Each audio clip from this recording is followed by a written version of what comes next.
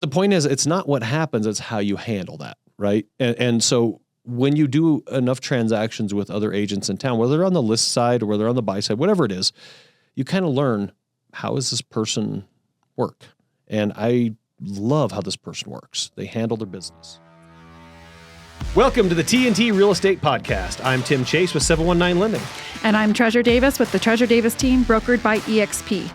You're listening to the TNT Real Estate Podcast, where we keep it real and talk about what actually works in this business.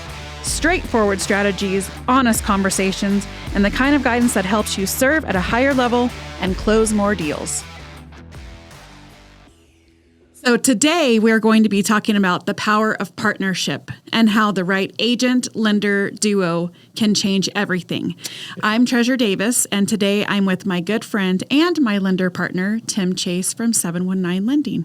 Good morning. I'm happy to be here. I'm glad you could join me today at my studio. Thank you. You have a nice place, by the way. I love it. Yeah. Thank you.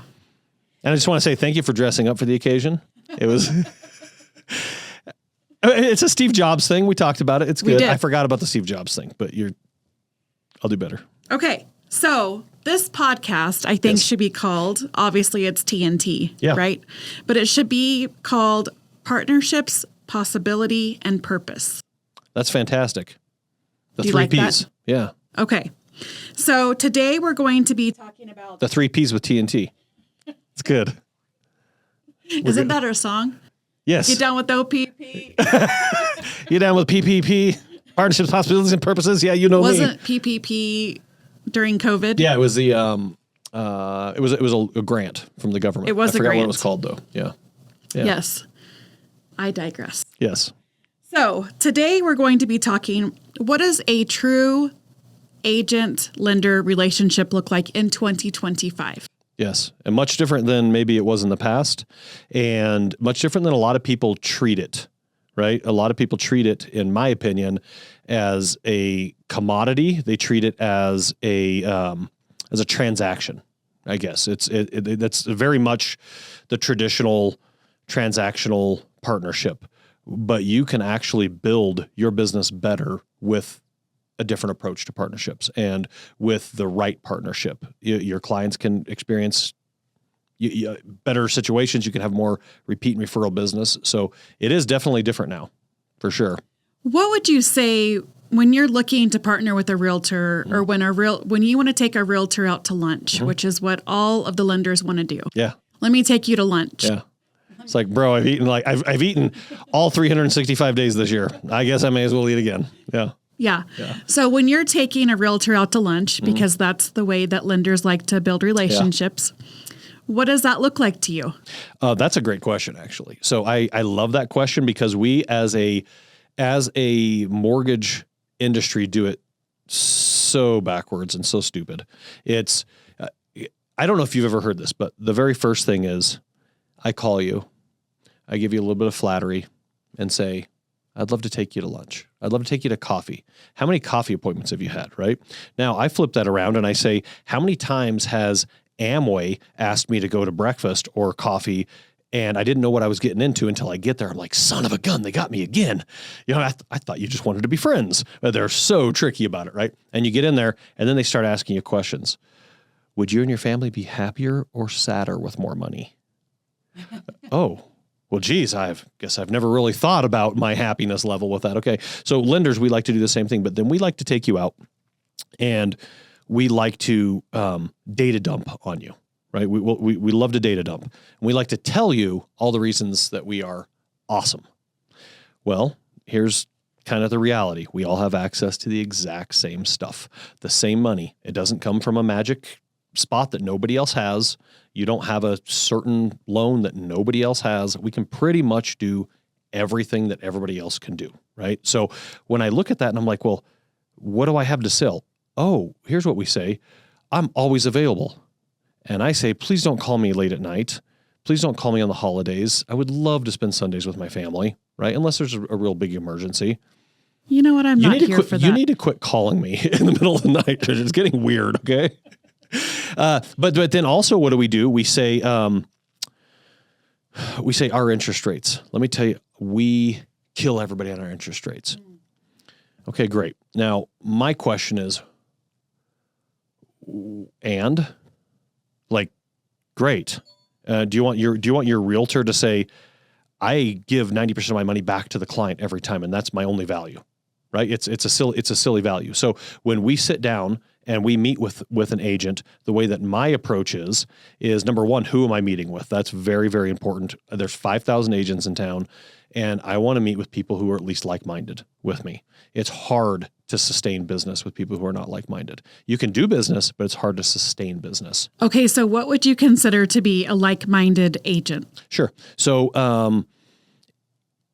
I think synergy, working with a client synergistically, is absolute critical to deliver a good experience. Okay. So what I mean by that is, let's say we have a problem. There's an appraisal problem. There's an underwriting problem. There's an income problem, whatever that problem is. I should be able to call the agent and explain the situation. And number one, they don't freak out.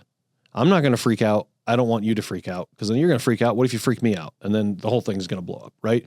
So I need somebody who can maintain their cool, and I can say, here's the situation that we're in. This is just a situation. This isn't heart surgery. We're not removing tumors. It's literally just a situation. And you've done real estate a long time. Have you ever had a situation pop up? Yes. Like every time, right? So Not every time. Okay, a lot of times. Sometimes. Many times. Occasionally. I got it. So it happens. So the point is, it's not what happens, it's how you handle that, right? And so when you do enough transactions with other agents in town, whether they're on the list side or whether they're on the buy side, whatever it is, you kind of learn, how does this person work? And I love how this person works. They handle their business. So Tim, Yeah. your last name is Chase. Yes. I'm going to cut to the chase. You cut to the chase. Ask me the question. Here's the question. Here's what realtors want. Oh, yes. Okay? Yeah. I'm just going to break it all down. Here's what realtors want. Number one, in my opinion, this is just my opinion. Yeah. Get ready to write, because you're going to. I got a pen. Oh, there's going to be notes. So realtors don't want to be taken to lunch, and they don't want to be sold best interest rates, this loan program, that loan program, whatever. They want to be given opportunities. Okay. So as a lender, when you're doing your own kind of lead generation, and you can say to them, I have an opportunity for you, that is actually benefiting the realtor. Sure. First and foremost. Second, when you can knock it out of the ballpark. And you can be ready to close early, and you can make sure that that earnest money is protected with those loan deadlines. That is number two. Number three, which is one thing that you do that I really respect, is that when an occasional situation pops up, you call with a solution in place. That is pivotal. And I would say number four is aligning with what that realtor sees with their business and where they're projecting, because every realtor, there's 5,000 realtors in the city. Everybody has different goals, dreams, aspirations of things that they want to do. So figuring out, where do they see themselves in the next 3 to 5 years, and how can you align and be a partner? And how can you provide more value to them than they know what they can do with? An example that you do is when you come to our team meetings, you're not sitting around and saying, oh my gosh, the market is really hard. It's just, market's hard, right? You're coming and you're saying, do you guys know what this is? Here's a term, here's a fact, here's something, right? And you're bringing value so that we're literally learning. And if you're an agent and you say, there's nothing that I can learn from a lender, number one, get a new lender. And number two, that's the way that you do good business, is by coming from a growth mindset. Right? And I think that we always have to be learning and pushing ourselves to learn and grow more. And I love that you bring in a little bit of fun into it with the little gift cards that you do for coffee or whatever. Like the $25 Tuesdays? Yes. I think that's really fun, because it gets agents to engage and to lean in and to learn. And not that agents are trying to learn to do your job for you, but we need to know the terms and we need to know what's going on. You need to have a functional knowledge. Right? A functional knowledge. You don't need to do the loan, but you need to have a functional knowledge of how it's actually working. So for me to you and for me to every lender, when you call a realtor, call with value. Yeah. Call with something that you can actually, like you and I were at an event. We won't say the name of the event. Yeah. And every lender got up and said the exact same thing. Oh my gosh. We won't talk about the event. Okay. But yes.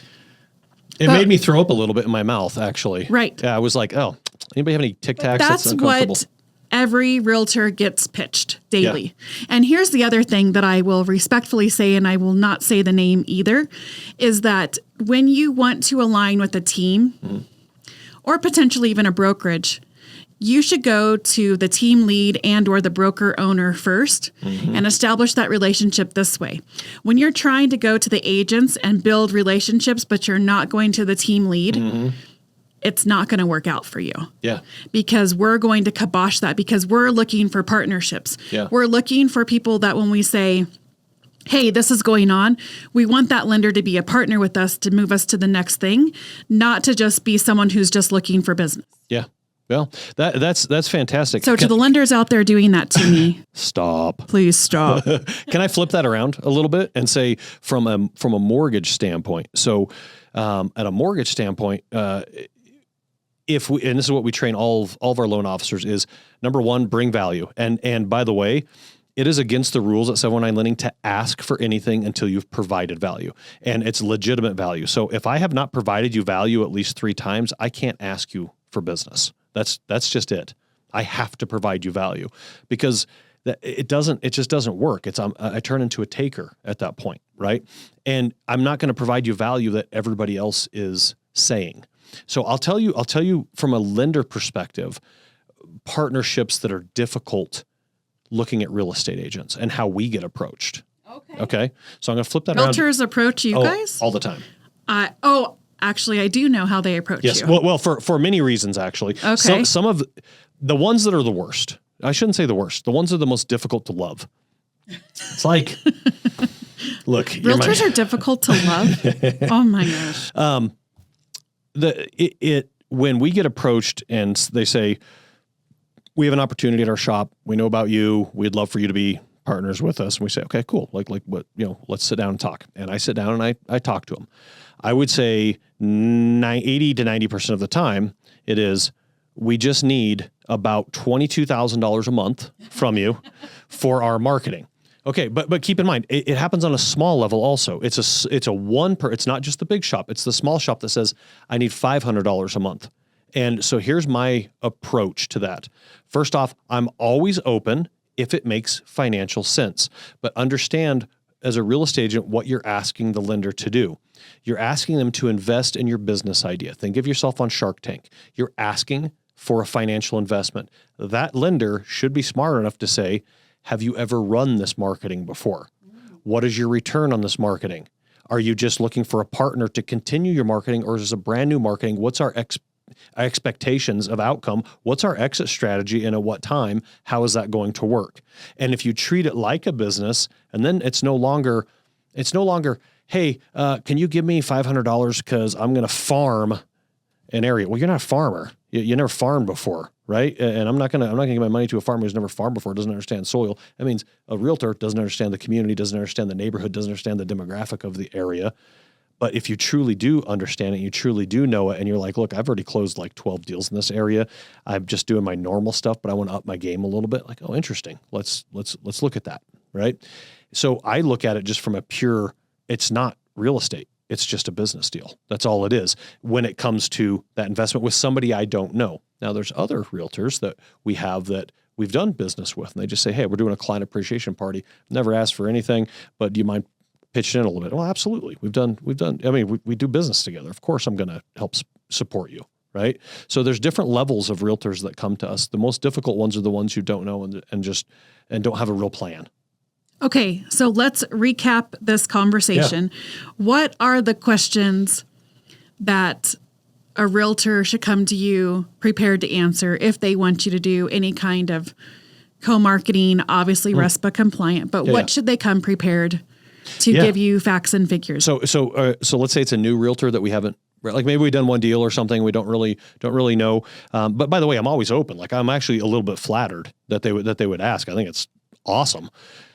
When they come and they say, hey, we're doing this marketing thing, I get pretty specific as though I was to do that marketing thing all by myself. So they should come prepared of exactly how's the money going to be spent. Are we going in 50-50? And this is a big one for me. Is there any other lenders involved? Because if there's another lender involved, now all of a sudden, how do I know what's coming my way? I'm pitching in on your realtor leads or whatever, on your realtor.com leads or on your, whatever leads. I'm pitching in on those, but you have 3 other people sponsoring to help pay for your thing. And then you just kind of dole them out. How's that working so far? I don't really like that. I like to go in as a real partner with them on that. Right. Yes. So to me, that's a very important question is, is there anybody else involved in it? And have you done this before? And if you've never done it before, that's still okay. I'm good for let's give it a shot, but we have to know what is the expected outcome by what time frame, what's the exit, when do we know to cut bait and be professional and okay with it? Or when do we know, okay, this is a 12-month thing. This isn't a 3-month thing. And are we prepared to invest for 12 months to see how it's going to work out? And at month 6, what's our kind of baseline to know where we're at? So to me, it's just, yeah. Yes. Now, can I throw one more thing in there? So I know we're short on time, right? It was very kind of you. Absolutely. You said that so nicely, oh crap. So when I do sit down with realtors, we actually have 5 questions that we have written out that I ask the realtors. Okay. Let's do it. And this is I don't think you've ever asked me these 5 questions. I have, and you just don't know. That's the whole trick. That's the whole trick is you don't know. It's part of a natural, I'll let you know if I've actually natural conversation is I like to ask before I start. I don't ask any pain point questions in the beginning at all because I want you to be comfortable. I want you to be in an open mindset and a yes mindset and be able to talk with me like a normal person, not reserved, because naturally we're going to get very reserved when we start asking detailed questions. So when I start off, it's very much, where are you finding the most success in the market right now? And then now you're like, even if you're struggling, you know what your target is. Well, I'm having a lot of, I'm really going after short sales right now because NOD list is this, we have this many, and it's a really prime market to go after. Oh, really? Are you just cold calling? And then it's a natural flow. I kind of shut up and just let you do your thing, right? But I fill in, kind of take the Chris Voss thing of I repeat back just in a inquisitive manner to get you to talk more because I want to know, right? And you're telling me where you're having success. Now, what does that tell me as a lender? That's important to them. Right now, that's important to them. So if I'm going to bring value to Treasure, I know that where they're having success is important to them right now, like whatever the market is. Okay, great. So now later, if I'm going to bring value, maybe I send you a list or I send you a script or I send you something I found or I send you shorts from time to time of, just people that I think could help with your team or something like that, or just a little message. And then I'll go in and I'll ask questions like, so that's awesome that you're finding that success. Like it's a shifting market. Like what's the market like right now? Like where's the biggest struggle in the market right now? And what I'm trying to find is where are their pain points here, right? I'm trying to find where are your biggest struggles in the market right now. And then that usually opens up to this or that, or, and then I like to ask about their other lender, but only when appropriate. But I also don't start off, I never say what we do awesome. Right. I want to have this conversation to where, man, you're killing it. Right. Like, and I may not even ask the other lender's name, but I may ask, what are like, obviously you're killing it right now. And just from a lender perspective, what are they doing? And I still don't know who your lender is, and that's fine. What are they doing that are must haves for you? Like what do they do that really works for you? Right. Is it communication? And they may say, this or that, or rates or this or that. It's like, oh, well, that makes a lot of sense. Now I know that those are very highly important things, but then I'll ask another question. I know we're going a little bit deeper here, but I ask another question after they answer that. And I'll typically ask, it sounds like you're just killing it, but I just gotta ask if there was one spot in the lending, because the lending's weird. We got different underwriters, we got different, it's always weird things happen. But if there was one spot, if you could change one thing in your lending process, what would be that one thing that you would really target, that you would want to have changed? And right there, what I'm looking for is the flaws, right? I'm looking for where is that person failing and do we do it better? Does that kind of make sense? And so the whole idea of all of this is I need to provide value, but I don't know what's valuable to you. If you and I go to a car lot, well, we'll probably buy the same car, honestly. Let's say somebody else goes to a car lot. One person wants a Corolla and one person wants a big Escalade or something, right?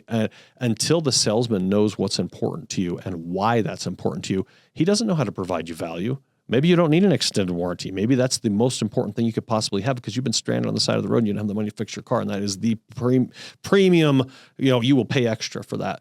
So the idea is, how do I add value to Treasure? I don't know until I find out. So for me, just to throw random stuff about our rates and we always close on time. And I say to all the lenders who say that, I hope you do, because that's your job. 100%. I really hope you're doing the baseline. Say that one more time. I hope you close on time. I hope you communicate well. I hope you deliver a good experience. I hope that you help them build relationships, and I hope you build synergy with your agent. Like, that's literally your job. It's not just to find the lowest rate. It's to find the best situation for the client and be able to deliver that to the client for their unique situation. Absolutely. It's not always about the lowest rate. It's not about the lowest cost. It's not always about, maybe they don't have the money. Maybe they need extra money, like whatever it is, right? You got to discover that. And I really hope you're doing that. And then from there, now that I'm doing my baseline, at least I can know from there. Now where do I deliver the value? And I kind of look at it. I like to tell our salespeople, it's like when you're at a restaurant and the waiter brings out your hamburgers and your fries and sticks it down. And it's warm. It's just good enough. And you stand up and you applaud. And you're like, son of a gun, you killed it. You brought my food when it was warm. I got ice in my drink.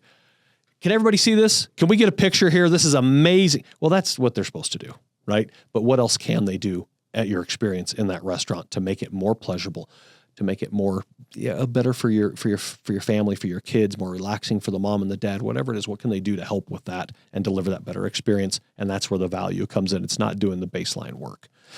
So I've over-explained that, but I think that is great.